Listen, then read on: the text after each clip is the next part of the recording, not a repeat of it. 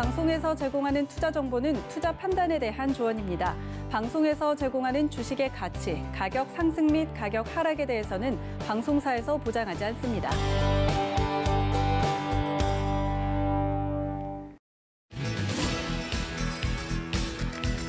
안녕하세요. 베스트 트레이딩맨 거래자들 진행의 도지은입니다. 미국의 제약회사 화이자가 개발 중인 신종 코로나 바이러스 감염증 백신이 기대감의 효능이 지금 냈다는 소식에 언택트주와 콘택트주의 희비가 오늘 엇갈렸습니다. 관련된 소식 때문에 이제 오늘 하루 종일 아시아권 증시도 계속해서 영향을 받는 모습을 보여줬는데요. 이렇게 시장의 방향성이 어디로 향할지 모르고 있는 이 상황에서 시장 점검과 이슈 점검 그리고 종목에 대한 이야기가 필요할 것 같습니다. 오늘도 이지환 전문가님 모시고 이야기 나눠볼 테니까요. 채널 끝까지 고정 부탁드립니다. 또 본 방송에서 제공해 드릴 정보는 투자 판단에 대한 조언일 뿐 해당 주식의 가치나 수익률을 보장하고 있지는 않고요. 또 서울경제TV는 자본시장 통합법 준수하고 있습니다. 1:1 투자 상담과 유사 수신행위 등 모든 불법 사항을 엄중하게 금지하고 있다는 말씀까지 전해드리면서 그럼 베스트 트레이딩맨 거래자들 힘차게 출발합니다.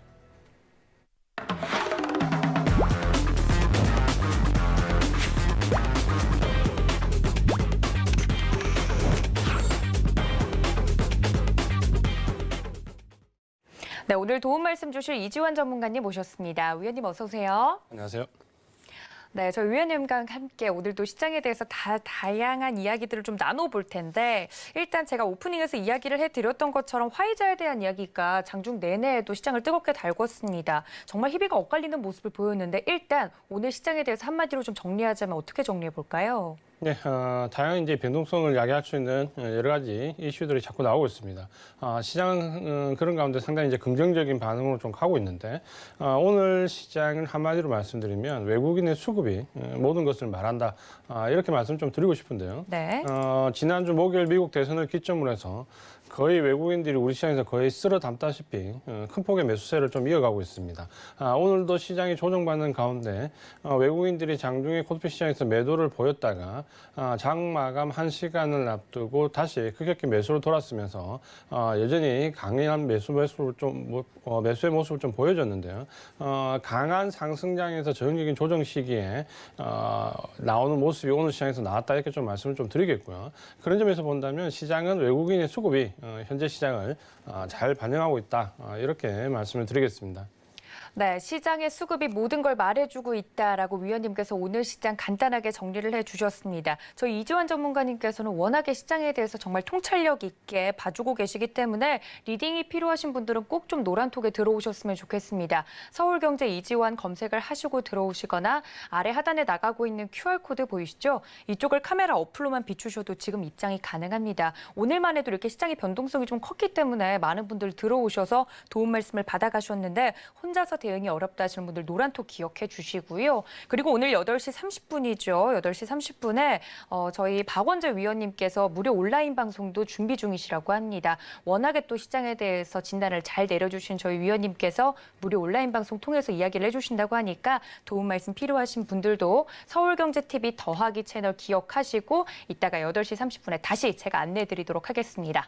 자, 그럼 지체 없이 오늘 시장에 대해서 진단을 해봤으면 투데이 이슈로 넘어가 볼까요? 오늘의 이슈 함께 확인해 보시죠. 네, 역시나 화이자 백신 효능에 대한 이야기를 안 할 수 없을 것 같습니다. 글로벌 증시가 전체적으로 움직였고요. 유가도 화답하는 모습을 보였습니다. 이 이슈랑요. MSCI 정기 변경을 하루 앞두고 어떤 종목이 포트에 편입이 될지 이야기 나눠보도록 하겠습니다. 네, 화이자 백신이 좀 이제 3상까지 어느 정도 유효한 효능을 보이고 있다라는 이야기가 나오면서 이제 이게 어제 밤에 나왔기 때문에 우리 시각으로는 오늘 시장에 대한 기대감이 굉장히 컸습니다. 근데 기대감뿐만 아니라 제약바이오주를 이미 담고 계셨던 분들은 굉장히 불안한 하루를 보내시고 실제로도 그랬을 것 같아요. 일단은 이 소식에 대해서 어느 정도 3상의 효능이 있었다는 건 어느 정도인지 좀 말씀을 해주시면 좋을 것 같아요. 거의 완성이 된 걸까요, 위원님? 제가 이제 지난주죠. 일주일 전에 이 시간에 방송을 드릴 때 시장을 짓누르는 악재의 3가지 추가 경기 부양책 지원과 코로나19 재확산 그리고 미국 대선의 불확실성이 미국 대선을 기점으로 대부분 소멸될 가능성이 높다라는 부분을 말씀드렸고 코로나19 재확산에 관련된 부분에서 11월 말 정도에 가면 진짜 백신이 긴급 승인을 받을 가능성이 크다라고 말씀드렸는데 이전에 우리가 이미 긴급 승인을 받았던 백신들 예를 든다면 러시아의 백신이나 중국의 백신은 사실상 일상 임상만을 거친 불완전한 백신입니다. 그러니까 완전한 제품화되지 않았고 중요한 부분은 이제 3상 임상인데 3상 임상은 1, 2상 임상과 달리 대부분 몇만 명 이상의 대규모 임상 인단을 가지고 부작용까지 체크를 하게 됩니다. 지금 현재 우리가 이제 시장에서 신뢰할 만한 3상 임상에 들어가 있는 백신은 어제 이제 보도가 됐던 화이자의 백신과 아스트라제네카의 백신 그리고 존슨앤존슨의 백신 이 세 가지를 지금 가장 탑으로 꼽고 있는데요. 대부분 다 6만 명 이상의 대규모 3상 임상이 진행이 되고 있습니다. 그런 가운데 이제 어제 화이자가 현재 효능이 한 90% 정도로 만족스럽다라는 결과를 냈는데 이게 이제 어느 정도 수치인지 아마 감이 잘 안 올 겁니다.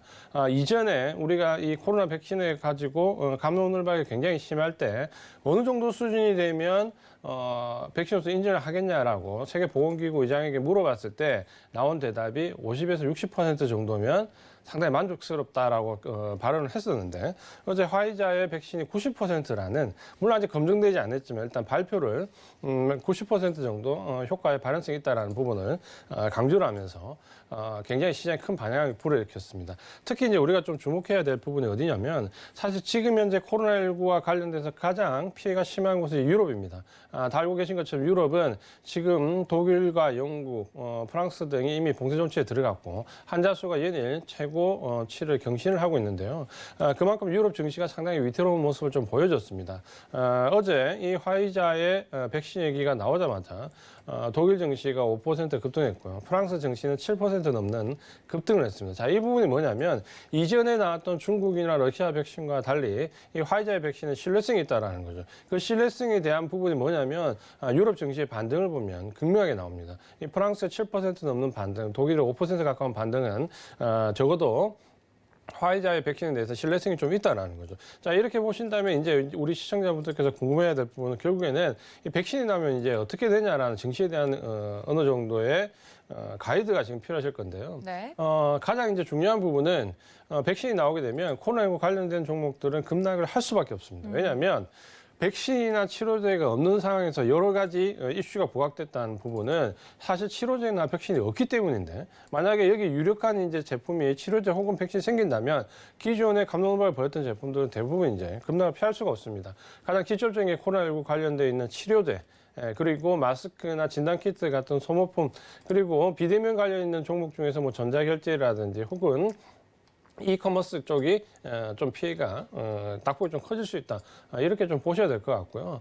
반면에 우리가 좀 구분해야 될 부분은 지금 현재 언론에서 계속해서 나스닥 대형주 IT 이렇게 나오는데 그렇게 돌뭉실하게 하니까 대부분의 우리 시청자분들께서 예를 들어 삼성전자 이런 종목들도 겁을 내시는데 오늘 보시면 삼성전자, 삼성전기, 뭐 삼성이타의 낙폭이 전혀 없습니다. 그러니까 이런 종목들과 연관이 있는 게 아니고 언론에서 말하는 IT 대형 기술주들은 비대면 관련되어 있는 테크놀로지를 제외한 비대면 관련되어 있는 페이스북이나 아마존, 구글 같은 종목들 얘기하는 거죠. 이제 그런 쪽에 비대를 좀 하셔야 되고 반면에 이제 수혜를 받을 수 있는 업종은 또 더 조심을 좀 하셔야 되는데요.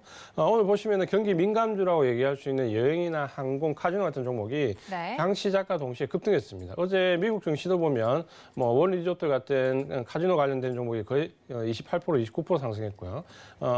은행과 관련된 종목도 상승폭이 컸지만 뭐 항공 대부분 16, 17%대 급등을 했습니다. 이제 그 영향을 받아서 경기 민감주들이 우리 장 초반에 급등했는데 대부분 이제 그 장 초반을 고점으로 다 하락을 했습니다. 그 부분은 이 경기 민감주라는 부분은 실적 근거가 아니고 어떻게 보면 시장에 대한 어느 정도 테마성에 짙은 심리적인 부분을 반영이기 때문에 단기간 강하지만 단기간 상승에 그칠 수 있다.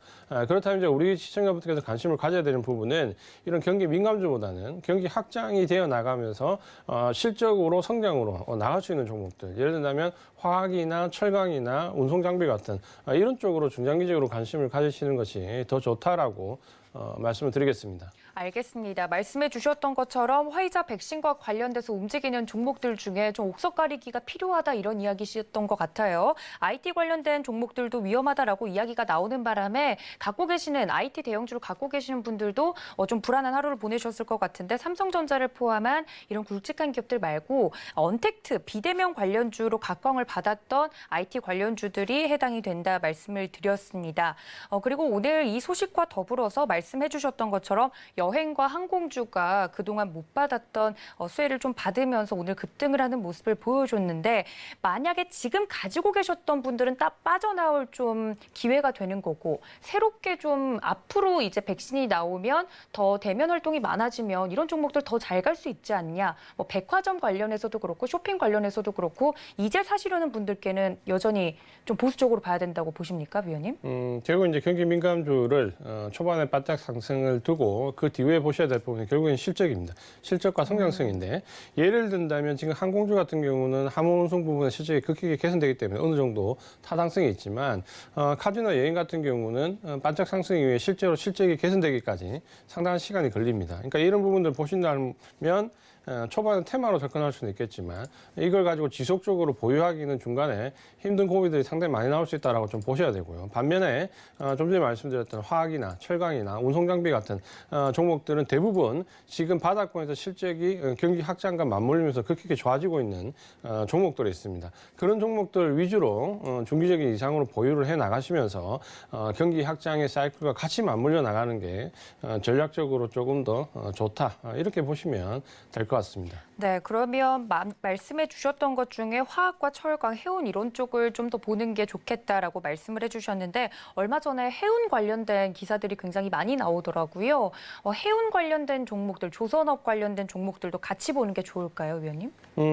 그 종목들이 최근에 이제 급등하는 모습을 좀 보였고 오늘 HMM 같은 경우도 상당히 주가 탄력성이 좀 크게 나왔습니다. 네. 다만 제가 말씀드렸던 이 같은 섹터 내에서도 실적이 좀 차별화되면서 종목의 움직임이 달라집니다. 최근에 이제 가장 극명한 부분이 2차 전지를 보시더라도 그 안에서 종목별로 등락이 굉장히 크게 나온 종목이 있고 별반 움직임이 없는 종목이 있습니다. 마찬가지지만 이 HMM 같은 경우 보시면은 이 해운 운송 쪽에서 실적이 좋아지고 있죠. 가장 큰 이유가 최근에 가장 고통스럽게 했던 이 운임지수, 운송 운임지수 이전에 거의 벌크선 위주로 운임이 개선되었다가 이제 올해 처음으로 이 컨테이너선 위주로 운임이 개선되면서 실적이 좋아지고 있죠. 여기에 유가가 저가가 되면서 상당히 운송 경비도 절감되는 효과 이 두 가지를 가지고 실적이 좋아지고 있기 때문에 우리가 좀 주목해 볼 수 있다 이렇게 말씀드리겠고요. 그렇게 따지신다면 지금 현재 우리가 경기 민감주가 경기 확장주가 어떻게 되냐 부분을 너무 그 부분에 몰입되지 말고 이 경기가 풀리고 확장되고 대면 접촉이 늘어나면서 실적이 급격히 늘어나느냐 안 느냐를 가장 주안점으로 보시면서 대응을 하시면은 훨씬 더 옥석 가리기가 좀 쉬울 수 있다라고 말씀드리겠고요. 네. 다만 이제 심리적인 부분에 너무 치우쳐가지고 보시면서 카지노나 여행이나 항공 쪽으로 너무 몰입돼 있으면 단기적인 흐름 이후에 이 충격을 견디기가 어렵습니다. 그러니까 그런 부분도 좀 보신다면 적어도 경기 민감주 쪽보다는 경기 확장과 관련되어 있는 실적주 쪽으로 접근하시는 전략이 유효하다라고 말씀을 드리겠습니다. 네, 경기 확장주 중에서도 숫자가 찍히는 그러니까 앞으로 실적이 좀 개선이 될 만한 종목들을 더욱더 눈여겨보는 게 좋겠다 말씀을 해주셨습니다. 앞으로 보는 건 그럼 이쪽을 보면 되겠는데 지금 가지고 있는 종목들 중에 마스크주라든지 진단키트라든지 이쪽을 기대하고 계속해서 들고 계셨던 분들 그리고 찬바람이 불 때쯤 이제 제약주가 한 번 더 가지 않을까 하는 기대감에 지금 갖고 계신 분들은 그럼 어쩔 수 없이 좀 기다려야 되겠네요. 위원님. 이제 기다리는데 마냥 기다릴 수는 없고요. 지금 일단은 이 백신이 뭐 바로 나오는 게 아닙니다. 그렇죠? 일단은 효과가 좋았다는 부분이 어제 보도가 된 거고 아마도 11월 말에 아마 긴급 승인을 받을 것 같습니다. 네. 지금 현재 추이로 보면 FDA에서 긴급 승인을 안 할 이유가 없습니다. 제가 봤을 때는 거의 99% 할 것 같은데 이런 상황이 된다면 그 기간, 그러니까 지금 현재와 11월 말에 FDA에서 긴급 승인을 받는 요 기간 동안 가능하면 정리를 다 하셔야 됩니다. 왜냐하면 요 기간 안에서 어떤 다른 이슈적인 부분으로 비대면이나 혹은 코로나19 관련된 종목들이 등락을 좀 보이면 일단 빠져나올 기회를 좀 삼으셔야 되고요. 제가 봤을 때는 11월 말에 FDA 긴급 승인을 기점으로 또다시 이 컨택트 관련된 종목들이 크게 바람이 불 수 있습니다. 그러니까 그 전에 긴급 승인 전에 가능하면 반등이 나오는 구간을 활용해서 일단 코로나19 관련된 종목들은 빠져나오시는 게 좋다라고 말씀을 드리겠습니다. 네, 만약에 관련된 종목들을 갖고 계셔서 오늘 좀 넉넉히 보셨던 분들은 긴급 승인이 될 때쯤 또 한 번 반등을 줄 때 그때 좀 탈출을 하는 게 좋겠다라고까지 팁을 말씀을 드렸으니까 이 점까지 참고 부탁드립니다. 어찌됐든 코로나19가 이제 없어질 거라는 기대감 자체는 사회 전체에 이제 긍정적인 영향을 주는 거잖아요. 일단 코로나19가 이슈가 얼른 사라지길 바라는 마음을 담아서 이 이슈에 대해서 정리를 해보도록 하겠습니다. 자, 다음 이슈로 넘어가 보도록 하겠습니다. MSCI 정기 변경을 하루 앞두고 어떤 종목이 이 MSCI의 포트에 편입이 될지 그곳에 이제 눈이 쏠리고 있는데요. 일단 SK 바이오팜과 SK 케미칼 같은 경우는 지수 편입 가능성이 높다는 전망이 나오고 있습니다. 반면 제외될 것으로 이제 꼽혀지는 종목으로는 포스코 인터내셔널과 오뚜기 그리고 B&K 금융지주, 롯데지주, 한국가스공사 등 여러 가지 종목들군이 또 후보군에 오르고 있는데요. 일단 위원님께서 좀 눈여겨보면 좋겠다는 화학주 중에서 SK 케미칼이 지금 편입을 앞두고 있기 때문에 일단 편입 가능성이 있는 종목에 대해서 한번 이야기해 볼까요? 일단 이제 편입될 가능성이 저는 일단 SK 케미칼은 좀 높다라고 보고요. 네. SK 바이오팜은 아마 상용 조건 중에서 좀 안 되는 부분도 일부 있습니다. 그래서 그 부분은 좀 확인이 필요할 것 같고, 제외되는 종목은 역시 뭐 오뚜기라든지 뭐 포스코 인터내셔널 같은 종목이 거론되는데 뭐 아직까지 확정된 바는 없습니다. 이제 중요한 부분이 뭐냐면 이 MSCI 리밸런싱 되는 부분을 어떻게 이제 받아들일 것이냐라는 부분인데, 그렇죠. 이거를 집중해서 잘 생각해 보셔야 됩니다. 뭐냐면 지금 현재 우리 시장에 공매도가 없기 때문에 이 MSCI 리밸런싱과 관련되어 있는 외국인의 자금들은 전부 패시브 자금입니다. 그러니까 지수와 연동되어서 상승과 하락을 설계하는 자금이기 때문에 적극적으로 종목을 끌어올리는 자금이 절대 아닙니다. 그러니까 이 자금이 유입된다고 해서 이 종목이 그렇게 올라간다거나 혹은 이 자금 빠져나온다고 해서 원래 이 종목이 크게 그렇게 하락은 하지 않는데, 문제는 지금 현재 우리 시장에서 공매도가 제한되어 있기 때문에 그렇죠. 빠져나가는 종목에 대해서는 타격이 있다라는 거죠. 그게 이제 열심히 드러난 게 8월 말에 MSCI 리밸런싱인데, 이때 보시면 하루에 한 1조 6천억 정도 매도가 몰리면서 종목들이 큰 폭으로 출렁거렸습니다. 왜 그러냐면 좀 전에 말씀드린 대로 공매도 부분이 제한되다 보니까 들어오는 물량은 제한되고 나가는 물량은 급격히 나가버리기 때문에, 물론 그 며칠 뒤에 복구가 되지만 그 한 2, 3일 정도 굉장히 기분 나쁘게 빠진다라는 거죠. 이런 부분들이 조금 우리 개인 투자가분들한테 좀 신경 써야 될 부분이고, 최근에 이제 이 부분을 좀 노리는 전략도 있습니다. 뭐냐면 내일 이제 그 MSCI 리밸런싱이 재편이 되는 종목이 나오면 네. 내일 정도에 사서 실제 리밸런싱이 되는 월말 정도에 파는 전략으로 말하는데, 사실 이 부분이 지난 사례를 보면 꽤 수익이 있었습니다. 뭐 몇 프로 정도 수익이 있었는데, 이런 플레이를 하기에는 상당히 그 수익 대비 리스크가 상당히 크다라고 좀 말씀을 드리겠고요.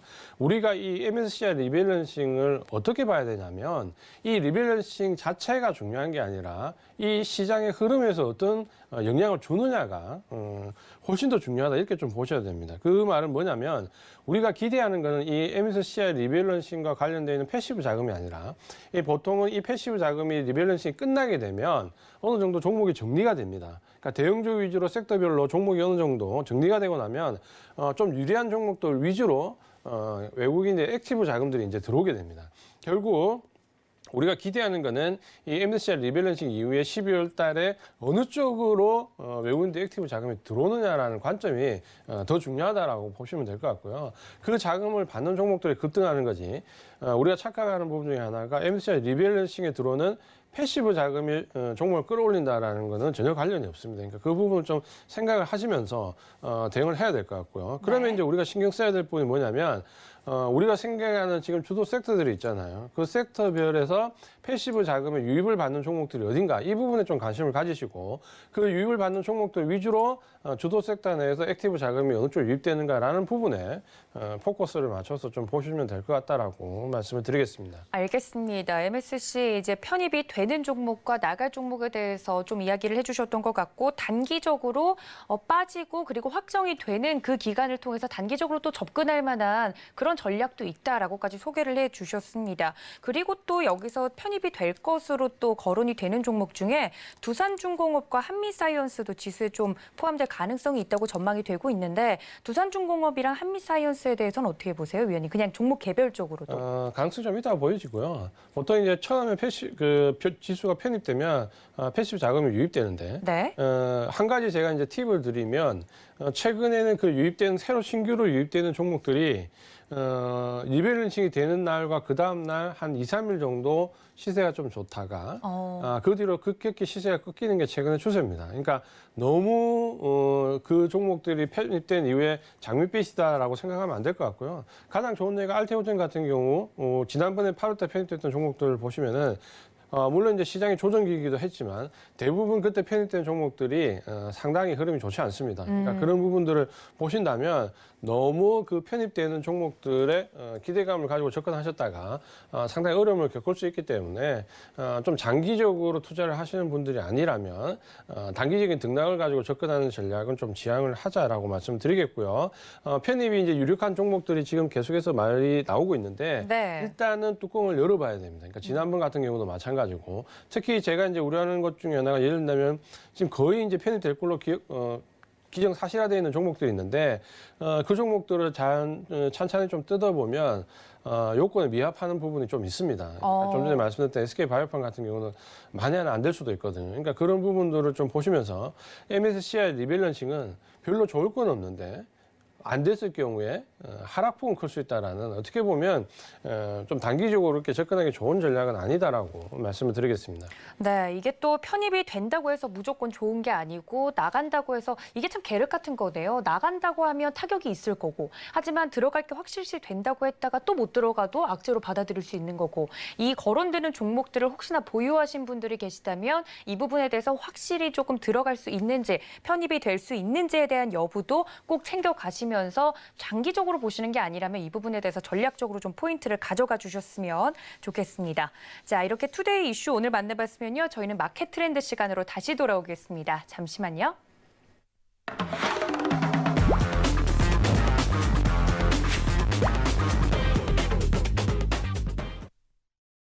네, 코로나19의 먹구름이 조금 걷히는 걸까요? 백신에 대한 기대감이 계속 높아지면서 오늘 우리 시장에서 튀었던 종목들에 대한 이야기를 먼저 짚고 넘어가 보도록 하겠습니다. 일단 최근에 코로나19와 관련된 이슈가 굳이 아니더라도 움직였던 종목들이 굉장히 많았는데요. 오늘 위원님께서 꼽아오신 오늘장 움직인 업종 어느 부분일까요? 네, 오늘은 제가 잘 말씀을 안 드리는 업종을 좀 말씀드리려고 합니다. 왜요, 위원님? 제가 너무 이제 IT 쪽을 강조를 많이 했더니 네. 이제 IT는 뭐 누구나 다 좋다는 걸 알고 있기 때문에 오늘 최고 상승률을 기록한 업종 중에 하나가 운송장비 업종입니다. 아무래도 백신 문제가 나오면서 이 경기 확장, 경기 민감주 부분이 대두가 되면서 이 운송장비 관련된 업종들이 오늘 큰 폭으로 뛰었는데 업종 지수 자체로 보면 오늘 한 2.3% 정도. 그러니까 코스피 시장이 거의 보합권이었고 코스닥 시장은 1% 넘게 빠졌는데 그 와중에 업종 자체가 2.3% 정도 올랐기 때문에 상당히 강하게 올랐다 이렇게 좀 보시면 될 것 같습니다. 운송장비 업종이 왜 이렇게 올랐냐 부분은 뭐 누구나 다 알고 계시면 일단은 경기 확장 부분입니다. 왜냐하면 운송장비는 일단 자동차라는 그 특성 자체가 경기 확장과 맞물려 있는 소비재로 인식하는 경우가 상당히 강합니다. 그러니까 이 소비재로 인식하는 경우가 일단 첫 번째가 되겠고요. 두 번째는 최근에는 이 소비재로 인식되는 전통적인 부분뿐만 아니라 친환경 혹은 자연 친화적인 에너지를 사용하는 이런 수소 전기차나 전기차와 관련된 부분이 이 운송 장비 업종에 또 모멘텀으로 작용하고 있죠. 그래서 이 그린 뉴딜 정책과 관련되어 있는 부분 또 디지털 뉴딜과 관련되어 있는 부분이 모두 아우르고 있는 업종이 운송 장비 업종입니다. 여기에 이제 경기 확장과 맞물려 있는 종목들까지 보신다면 운송 장비 업종 자체 흐름은 앞으로 좋을 수밖에 없다 이렇게 좀 말씀을 좀 드리겠고요. 네. 아마도 이제 이 섹터 내에서 어떤 종목을 사야 될까라는 부분을 가장 이제 고민을 좀 많이 하실 겁니다. 네.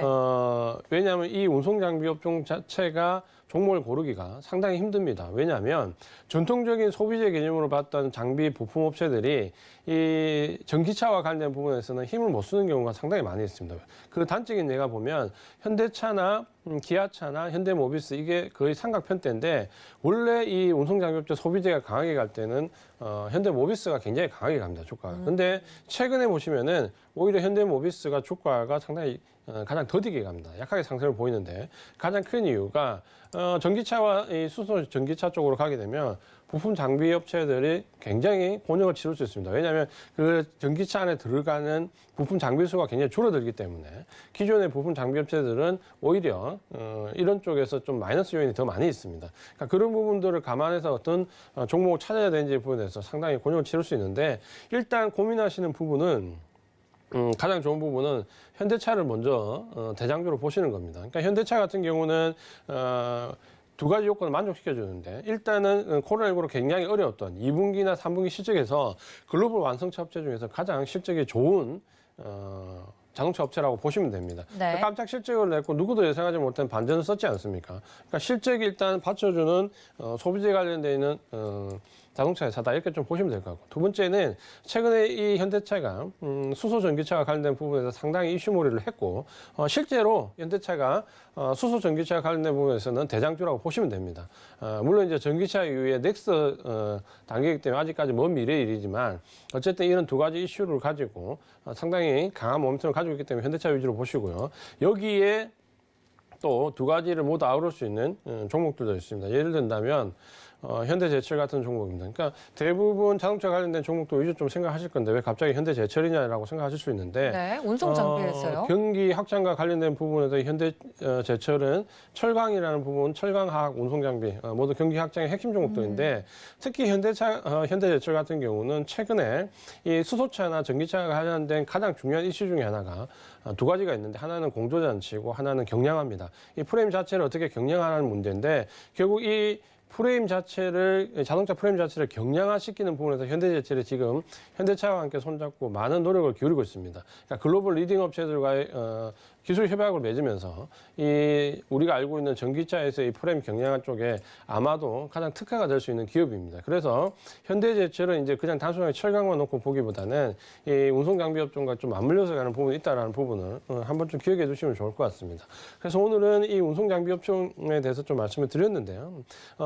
이 부분은 우리가 잘 알고 있는 지금 현재 유동성 장세가 새롭게 변화가 되면 실적이나 경기 확장 위주로 갈 텐데, 결국에는 두 가지 이슈는 경기 확장과 성장입니다. 그 사이에 공통분모는 실적이고요. 그러니까 이 부분을 만족시켜 줄 수 있는 섹터가 기존의 IT 섹터 이후에 가장 눈에 띄는 게 바로 이 운송 장비 업종이다. 이렇게 좀 보시면 될 것 같고요. 네. 아마도 이 운송 장비 업종은 화학 섹터와 채광 섹터와 함께 기존의 IT 성장주들과 함께 주도주를 일부 형성해서 나갈 수 있는 섹터다. 이렇게 말씀을 드리겠습니다. 네, 하도 IT 이야기를 하셔서 오늘도 IT 이야기를 하시지 않을까 했는데 운송 장비에 대해서 이야기를 자세하게 해주셨습니다. 그 중에서도 좀 대장주로 보고 움직일 만한 종목 현대차 이야기를 해주셨고요. 또 운송 장비 안에서도 일단은 가장 말씀을 해주셨던 게 경기 확장도 그렇고 성장도 그렇고 중요한 건 실적이 좀 찍히는 종목들 위주로 보셔라 말씀을 주셨습니다. 그중에서도 운송장비 포함해서 현대제철, 화학 관련된, 제철 관련된 종목들도 눈여겨봐야 된다라고까지 오늘장을 움직인 업종 정리를 해보도록 하겠습니다. 자, 그렇다면 내일장을 움직인 업종도 눈여겨봐야 될 것 같은데요. 앞으로 이제 이런 운송장비들 앞으로도 잘 갈 거라고 이야기해 주셨지만 좀 미래지향적으로 미래를 좀 준비하시는 분들은 어떤 종목을 역시나 꼽아봐야 될까요, 위원님? 네, 오늘 경기 확장과 관련되어 있는 부분에서 이제 가장 우려가 됐던 아마 시청자분들께서는 코로나19 관련된 종목 다음으로 아마 IT주에 대해서 걱정을 많이 하셨을 거예요. 그렇죠. 지금 이제 나스닥 관련되어 있는 IT 종목들이 어제 예를 든다면 뭐 다우지수가 3% 가까운 폭등을 하는데 나스닥은 마이너스 오히려 1% 떨어지고요. 넘는 네. 급락을 했지 않습니까? 네네. 그러니까 이런 부분 때문에 우려감이 굉장히 컸을 수 있는데 제가 이제 계속 강조를 드리면 그 안에서 좀 잘 뜯어봐야 됩니다. 무슨 말이냐면 나스닥에서 예를 들면 페이스북이나 아마존이나 이런 기업들은 굉장히 큰 폭의 하락을 했죠. 그러니까 코로나19 관련된 비대면 관련되어 있는 기술주들은 큰 폭으로 하락을 했는데, 반면에 나스닥이 1% 넘는 급락을 하는 와중에 굉장히 급등을 한 섹터들도 있습니다. 예를 든다면 마이크론 테크놀로지 같은 메모리 반도체에 관련된 종목들이 굉장히 좋은 흐름을 보였고요. 특히 5G와 관련된 종목들이 어제 대부분 2% 가까운 급등을 했습니다. 그러니까 그 안에 나스닥이라는 폭락이라는 자체를 전체로 놓고 보니까 자꾸 우리 시장에서 착각을 한다 그렇죠. 삼성전자, 삼성전기, KMW 하락하는 거 아닌가라는 착각을 하는데, 오늘 보시면은 대부분의 종목들이 하락하는 가운데서도 삼성전자, 삼성전기, 삼성SDI 보합권을 유지했고요. KMW는 오히려 좀 강하게 상승하는 모습을 보여줬습니다. 네. 네, 이런 부분들 본다면 경기 확장이라는 부분이 비대면 관련된 부분하고 IT와 관련된 부분은 척을 지면 안 됩니다. 그러니까 자꾸 반대 개념으로 생각하는 부분이 보도되는 내용이 이제 그렇게 뭉텅거리다 보니까 나스닥 기술 대형주 이렇게 표현하다 보니까 계속해서 헷갈리시는데, 경기 확장이 되려면 5G가 필수입니다. 필수. 5G가 깔려야지만 우리가 알고 있는 사물 인터넷이나 자율주행이나 여러 가지 관련된 그린 뉴딜 정책도 일부 다 실행을 할 수 있기 때문에 이 경기 확장으로 가는 디지털 고속도로가 5G입니다. 그러니까 경기 확장이라는 부분이 나온 이동과 동시에 5G가 바닥권에서 미국 시장에서는 강하게 상승을 해버린다는 거죠. 그러니까 그런 부분들 보신다면은 오늘 이제 말씀드리고 싶은 업종이 내일 한번 좀 유심히 봐야 되는 업종이 5G다 이렇게 좀 말씀을 드리려고 하는데요. 네. 우리가 이 경기 확장과 맞물리면서 꼭 생각해봐야 될 섹터들이 있습니다.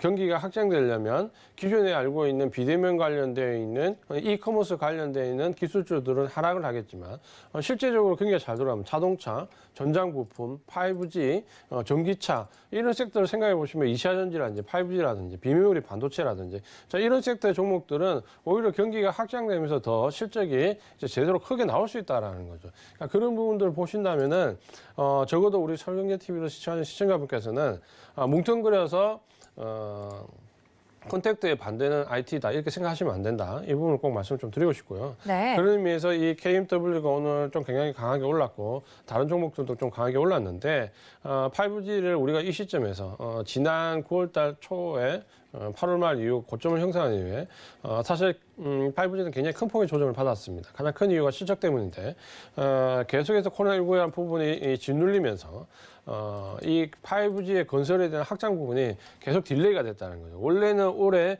1, 2, 3월에 최대 발주가 몰려 있었는데 그게 2분기로, 2분기에서 다시 3분기로 거의 3분기에서 다시 4분기나 내년 1분기로 밀려나 버리면서 3분기까지 실적 카운트가 거의 안 된다는 거죠. 그러다 보니까 실적 우려감이 나왔는데 잘 생각해 보시면 제가 계속해서 강조드렸지만 5G를 안 하는 나라는 없습니다. 단지 미뤘을 뿐이고. 근데 문제는 이제 뭐냐면 우리가 주목해야 되는 부분이 그 미뤘던 부분이 이제 4분기부터 해서 특히 내년 1분기에 거의 폭발적으로 몰려 있다는 거죠. 그러면 내년 1분기에 5G가 사상 최대 실적이 나올 거라는 거는 대부분 다 예상할 수 있습니다. 그렇게 본다면 주가는 그보다 한 분기 앞에 12월 달에 움직이겠죠. 그러니까 지금부터 서서히 5G에 좀 관심을 가져나가자 이렇게 말씀을 드리겠습니다. 네, 코로나19 때문에 주춤했던 많은 업종들 중에 그중에 하나가 5G 관련된 업종들이었습니다. 그 관련된 종목들에 대해서 왜 5G 하는데 가질 않냐, 주가가 이렇게 하면서 답답하게 느끼셨던 분들 많으셨을 텐데 앞으로는 코로나19 백신 기대감 더불어서 5G가 깔려야만 실행이 될 수 있는 많은 IT 관련된 업종들이 있다 이야기를 해주시면서 IT가 가는데 5G가 안 가는 건 말이 안 되죠. 앞으로도 실적이 좀 찍히면 5G 관련주들도 잘 갈 것이다 말씀을 해주시면서 대장주에 대한 이야기를 좀 해주셨습니다. KMW 말고도 5G 안에는 굉장히 다양한 종목들이 있잖아요, 위원님.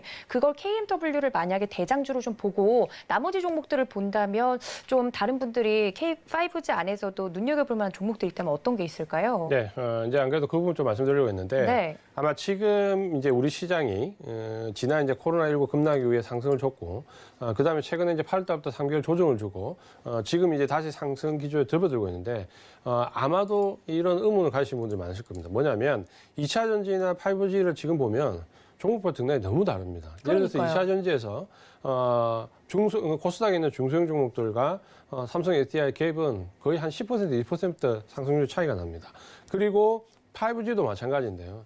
5G 종목 내에서 지금 보시면은 등락이 큰 종목과 작은 종목들이 굉장히 갈립니다. 그러면 이제 왜 이렇게 5G 안에서 종목이 등락이 갈리는가는 실적인데 그 실적에 형성되는 구도를 이해를 좀 하셔야 됩니다. 원래 이제 이번 주 토요일 날 제가 이제 강연회 때 이 부분 집중적으로 말씀드리려고 하는데 네. 가장 큰 이유가 실적이라고 말씀드리는 이유가요.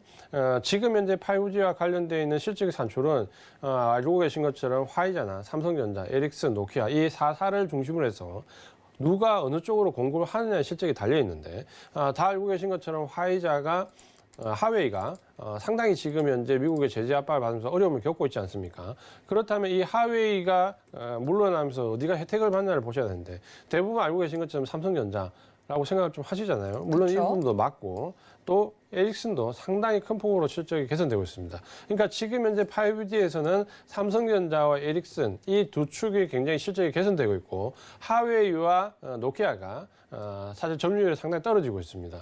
유럽에서는 그러니까 유럽권에서는 에릭슨, 미주권을 포함한 건에서는 삼성전자. 지금 어떻게 보면 이런 구도로 지금 흘러가고 있기 때문에 우리가 5G 종목을 선택을 하실 때 내가 보는 이 부품이나 장비 종목들이 어느 쪽으로 납품이 되고 있냐라는 부분을 상당히 따지셔야 된다는 거죠.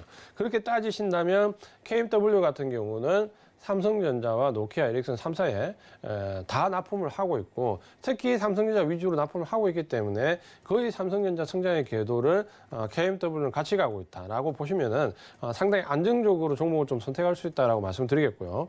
예를 든다면 또 서진 시스템 같은 경우는 오늘 강하게 상승을 했는데 거의 삼성전자 매출 구조 쪽으로 편중이 많이 되어 있습니다. 그러니까 이런 종목들은 상당히 좋은 흐름을 좀 이어갈 수 있고요. 반면에 기존에 노키아와 관련돼 있거나 하웨이와 관련된 쪽으로 납품을 했던 회사들은 잘 알겠지만 뭐 RFICH나 네. 이런 종목들은 상당히 실적의 어려움을 좀 겪고 있다는 거죠. 그러면 지금부터 우리가 생각해야 될 부분은 내가 2차 전지나 5G나 예를 들어 비메모리 반도체나 MLCC나 주도 섹터를 잡았다, 파악을 하고 있다라 하더라도 그 안에서 어떤 종목을 선택할 것이냐 부분이 이제 가장 중요한 시점이 왔다라고 좀 보셔야 될 것 같고요. 네. 아마도 그 결정짓는 가장 중요한 요인은 결국은 실적이다.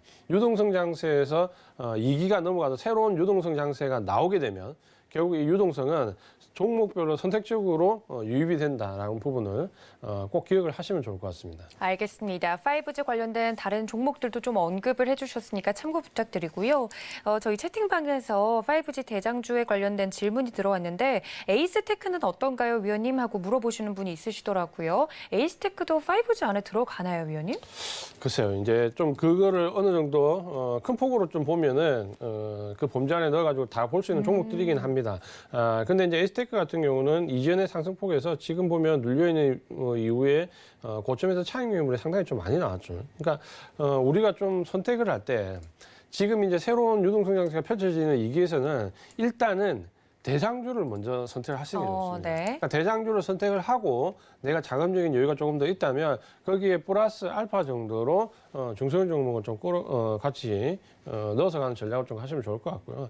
그런 점에서 지금은 아마 이제 4분기 발주와 내년 1분기 발주가 상당히 중요한데 아마도 제가 예상할 때는 삼성전자와 에릭슨 위주로 발주가 나올 것 같습니다. 그러니까 유럽 쪽은 에릭슨 위주로, 그다음 미국이나 일본이나 이 미주권은 영향을 받는 쪽에서는 삼성전자 위주로 아마 이렇게 나올 것 같기 때문에 이 두 부분을 다 아우르는 종목들 위주로 좀 추경해서 보시는 전략이 더 좋겠다라고 말씀을 드리겠습니다. 알겠습니다. 질문에 대한 답도 해주셨습니다. 5G 관련돼서는 서진 시스템으로 저희 이지환 전문가님 굉장히 수익이 많이 났던 걸로 제가 기억을 합니다. 5G 관련돼서 앞으로도 여러분들 눈여겨보시면 좋을 것 같고요. 노란톡 활짝 열어두고 있습니다. 이쪽으로 들어오시면 더 도움 말씀 받아보실 수 있습니다. 서울경제 이지환 검색을 하시고 들어오시거나 아래 하단에 나가고 있는 QR코드 카메라 어플로만 비추셔도 바로 입장이 가능하니까요. 좀 더 이런 5G 관련된 종목들에 대한 흐름 궁금하다 하시는 분들 노란톡으로 들어오셔서 도움 말씀 받아보셨으면 좋겠습니다.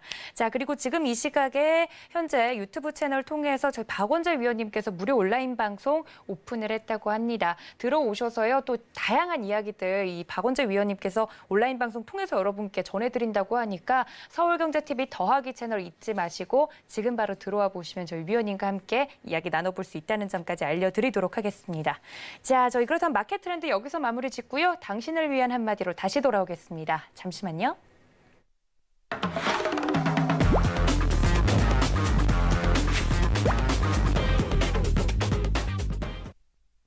네, 제약바이오주를 들고 계셨던 분들 오늘 굉장히 힘든 하루를 보내주었을 것 같습니다. 백신이 나온 건 좋지만 내가 가지고 있는 종목이 그런 이슈에 타격을 입어서 좀 큰 손실이 났으면 하루 종일 우울하셨을 것 같은데 이게 비단 한두 명만의 문제는 아닐 거라고 생각합니다. 이렇게 이슈에 따라서 좀 포트폴리오에 몇 퍼센트 지금 수익률이 찍혀도 모자랄 판에 마이너스 몇 퍼센트를 보면 아예 그냥 어플을 꺼버리거나 창을 닫아버리곤 하잖아요. 오늘 위원님께서 준비해 주신 당신을 한마디 들어볼 수 있을까요?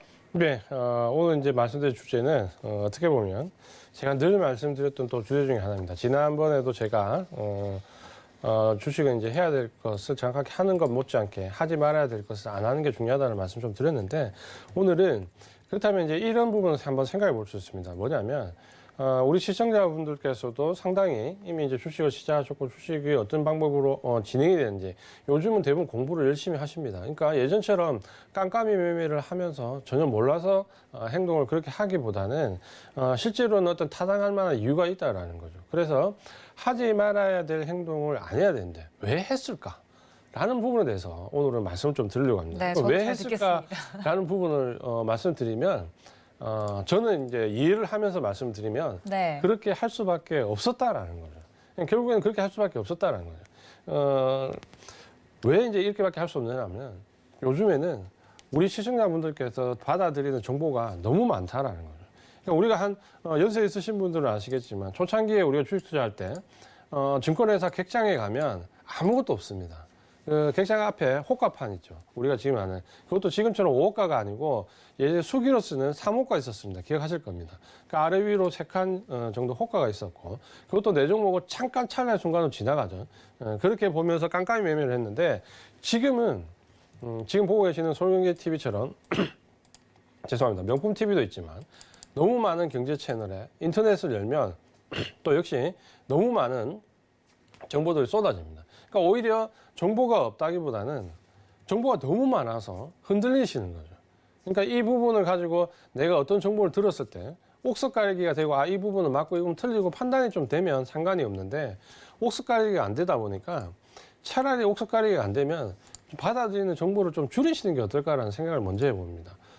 가장 큰 이유가 뭐냐면 지금 현재 이제 미국 대선을 한 3, 4일 보고 난 이후에 지금 이제 오늘로서 이제 사거래째입니다. 목금 월화 사거래째인데 뭘 느꼈습니까? 어떤 부분이 가장 지난주 제가 방송할 때 최악의 시기에 나왔는데 그 최악의 시기 때 제가 말했던 악재가 소멸된다는 과정과 지금 일주일 상간에 이 시장이 완전히 상전벽해가 되는데 가장 큰 차이점이 뭐가 느껴지십니까? 제가 볼 때는 외국인 수급입니다. 그러니까 이전에 제가 계속해서 말씀드렸을 때 시장이 조정을 받는 게 매도가 강하다기보다는 매수 주체가 없다는 말을 제가 계속해서 드렸습니다. 그렇죠? 근데 지금 현재 보면 그 매수 주체가 생겼습니다. 그것도 외국인으로. 무려 4거래일 동안 2조 5천억이 넘는 폭발적인 매수를 하고 있습니다. 그러니까 이전에 우리가 분명히 매수 세력이 없기 때문에 안 된다라고 했는데 지금 보시면은 매수 세력이 아주 강한 매수 세력이 지금 생겼습니다. 외국인들 보시면은 4거래일 동안 지금 현재 뭐 한 2조 한 3, 4천억 정도 굉장히 큰 폭의 매수를 하고 있습니다. 그러니까 이걸 보면 뭐가 느껴지시나요? 외국인들은 시장이 좋아지자마자 급격히 매수로 들어가는데 개인들은 이제 급격히 매도로 들어가는 거죠. 그럼 왜 이 좋은 장에서 개인들은 다 팔까요? 왜 팔까요? 그냥 팔진 않는다 그렇죠. 그렇죠. 뭔가 팔고 싶어 하는 이유를 들었기 때문에 파는 거다 그렇죠. 그러니까 그 이유가 뭐냐면 너무 많은 정보가 쏟아진다라는 거죠. 그 정보를 옥석가리기 할 수 없다라는 거죠. 제가 이제 단적으로 말씀드리면 코로나19 이후에 가장 주요 섹터 중에 가장 대장주를 꼽으라면 제가 볼 때 2차전지입니다. 2차전지 종목은 발만 담그고 있어도 대부분 두세 배 올랐습니다. 그렇죠. 바닥권에서. 2차전지에 살짝 팔만 담갔다 빼도 2배는 오릅니다. 그러니까 그 정도로 가장 강했던 섹터인데 다행스러운 부분은 이 코로나19 급락이 이후에 2차전지에 들어올 때 주요 매수 대상이 개인이었습니다. 개인들이 강하게 매수해서 삼성 SDI, LG화부터 뭐 첨보 제가 강조했던 첨보 뭐 여러 가지 종목들이 다 개인 매수로 올랐습니다. 제가 이제 궁금했던 부분이 뭐냐면 저도 이렇게 회사에 7년 정도 있었는데 자, 이 2차 전지를 과연 외국인들이 어떻게 뺏어올까? 제가 같이 매매하시는 노란톡에서 이 얘기를 몇 번을 드렸습니다. 시장이 잘 나갈 때. 자, 이 2차 전지를 개인들이 쥐고 있는 거를 어떻게 뺏어올까? 거의 제가 볼 때는 진짜 각본 있는 드라마죠. 다 뺏어왔죠. 불과 2차 전지에서 한 달 상간에 2조 넘는 걸 다 뺏어왔습니다. LG화학도 다 뺏어오고 삼성 SDI도 다 뺏어오고 전부 다 뺏어왔습니다. 어떻게 뺏어왔을까요? 자, 첫 번째 8월 달에 모건 스탠리의 2차 전지 고평가 논란 리포트가 나옵니다. 그 리포트가 나오면서 그 리포트가 모든 언론 매체에 대서특필되면서 우리나라뿐만 아니라 중국에 있는 CLT나 일본의 파나소닉까지 대부분 10% 넘는 급락을 합니다. 여기 시작이었죠. 이게 시작이었고 두 번째는 뭡니까? 테슬라 배터리데이. 테슬라 배터리데이가 오면 테슬라가 배터리를 직접 생산할 것이고 그 외에 나머지 업체들은 영향을 크게 받아서 굉장히 곤란에 처할 것이다라는 테슬라 배터리데이 이슈가 나왔죠. 그러니까 모건 스탠리 2차 전지 고평가 논란 리포트에서 테슬라 배터리데이에서 마지막으로 뭡니까?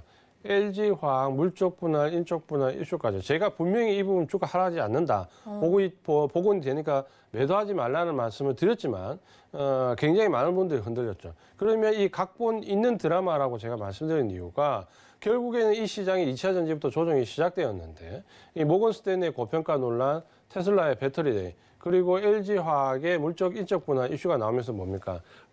개인들은 다 털렸다 그렇죠. 가지고 있는 물량들을 고스란히 외국인들한테 다 갖다 바쳤습니다. 그러니까 이런 현상이 왜 나왔냐 부분을 본다면 개인들이 알고 있으면서 그냥 외국인들한테 물량을 준 게 아니죠. 뭔가 우리가 듣는 정보에 의해서 이런 고평가 논란 리포트나 테슬라 배터리 대 이슈와 관련된 부분이나 LG화학의 물적 분야, 인적 분야 관련된 이슈들을 다 보면서 매도를 할 수밖에 없는 상황에 들어갔다라는 거죠. 그러니까 저 같은 사람이 아무리 일개 개인이 나와가지고 물적 분야, 인적 분야 해도 LG화학 일단 100만 원 갑니다. 아무리 얘기해도 테슬라 배터리 대해 알맹이 없습니다. 라고 얘기를 해도 고평가 논란 우리만 떨어진 게 아니라 일본, 미국, 일본이나 중국 증시 10% 조정 후에 다 반등 나옵니다. 해도 대부분 안 믿으신다는 거죠. 결국에는 이 세 가지 이슈가 아주 잘 짜여진 각본처럼 1, 2, 3로 나오는 이 조정 기간 동안 결국엔 다 물량을 넘기게 됐고요. 그 이후에 지금 보시면은 우리가 알고 있는 것처럼 삼성 SDI 같은 경우를 보면 이 8월달 고점을 조정한 이후에 지금 보시면은 이미 고점을 넘어서 홀홀 날아가고 있습니다. 그리고 이제 우리가 우려했던 LG화학 여기서 완전히 무너진다라고 생각했던 LG화학도 보시면은 이미 반등권이 상당히 강하게 진행돼 있고 이미 직전 고점권에 들어가 있습니다. 이런 부분들을 본다면 결국 이제 우리 개인들은 굉장히 약자다 그렇죠. 약자고 정부에 이제 옥석 가리기가 상당히 어렵다, 되지 않는다라는 거죠. 그러니까 예전처럼 몰라서 이렇게 하는 게 아니라 알고 있으면서 오히려 더 많은 정보를 받았기 때문에 이렇게 행동하도록 유도가 되어진다는 거죠. 그래서 제가 요즘에 곰곰이 생각해 보면 오늘도 오늘 10시에 이 부분에서 집중적으로 수익을 말하면서 말씀드릴 건데 네. 요 주제를 가지고 혼자서 곰곰이 생각해 보면 굉장히 안타까운 마음이 많이 듭니다. 차라리 몰랐다라면 그러니까 예전처럼 우리 개인 투자가분들이 이런 정보에 대해서 너무 민감하게 노출되지 않고 몰랐더라면 예전처럼 좀 어떻게 보면 좀 미안한 표현이지만 무식하게 보유를 하고 나갔으면 얼마나 그에 대한 보상을 좀 크게 받을 수 있을까라는 부분에 안타까움을 좀 느낀다라는 거죠. 그래서 제가 오늘 드리고 싶은 말씀은 뭐냐면 반드시 주식 투자를 하시면은 나한테 들어오는 정보, 이 정보라는 거는 방송도 있고 요즘에는 인터넷 뭐 여러 가지 카카오톡과 관련 있는 뭐 SNS 여기에 어떨 때는 또 지인들까지 수없이 내한테 많은 정보를 준다라는 거죠. 그러니까 그걸 들었고 내가 어느 정도 판단할 수 있는 옥석을 가릴 수 있으면 얼마든지 그 정보를 접해도 좋다는 거죠. 그런데 만약에 내가 그런 정도 옥석을 가릴 정도의 능력이 안 된다라고 그러면 제가 봤을 때는 본인이 가장 신뢰하는 어떠한 채널이 됐든 가장 신뢰하는 채널 한두 개 정도만 참고를 하시는 것도 좋은 방법이라고 말씀드리겠고 뭔가 그런 채널이 뭔지 모르겠다라고 하시면은 그냥 저희 서울경제 TV를 보시면 됩니다.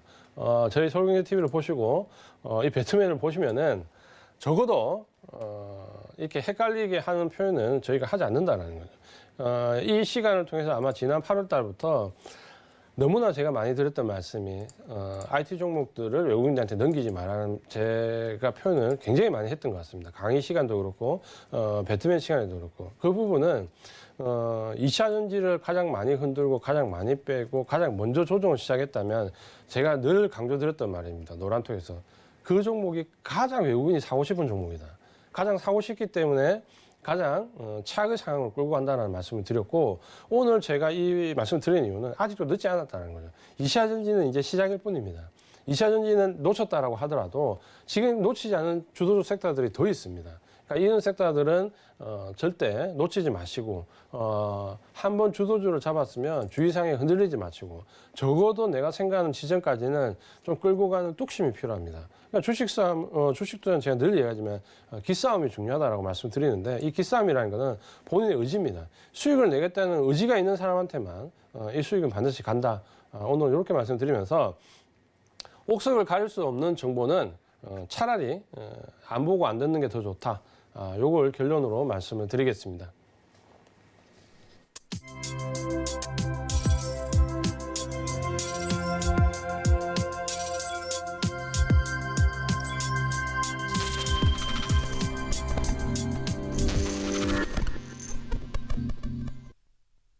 네, 이 험난한 주식시장에서 개인 투자자분들이 힘이 내실 수 있도록 오늘도 아주 귀한 말씀해 주신 저희 위원님 보내드리면서 여기서 인사를 드려야 될 것 같은데요. 그 전에 한 번이라도 노란톡 더 열려있다는 말씀 여러분께 드리도록 하겠습니다. 물량이 뺏긴 개인 투자자분들 정말 억울하시죠. 들어오셔서 어떻게 하면 이 시장에서 이기는 투자할 수 있는지 이쪽으로 들어오셔서 이야기 나눠보시면 좋을 것 같습니다. 서울경제 이지환 검색하시고 정품 노란톡방으로 들어오셔야 함께 하실 수 있다는 점까지 알려드리면서요.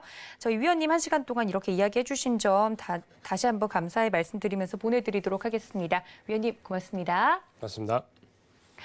또 본 방송에서 제공해 드린 정보는 투자 판단에 대한 조언일 뿐 해당 주식의 가치나 수익률을 보장하고 있지는 않고요. 또 서울경제TV는 자본시장 통합법 준수하고 있습니다. 1:1 투자 상담과 유사 수신행위 등 모든 불법 사항을 엄중하게 금지하고 있다는 말씀까지 전해드리면서 오늘 저희가 준비한 소식 여기까지입니다. 시청해 주신 여러분 고맙습니다.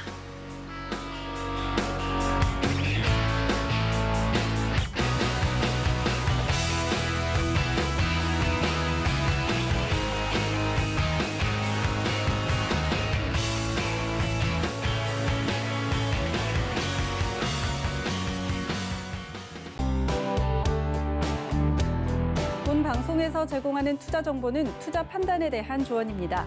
방송에서 제공하는 주식의 가치, 가격 상승 및 가격 하락에 대해서는 방송사에서 보장하지 않습니다.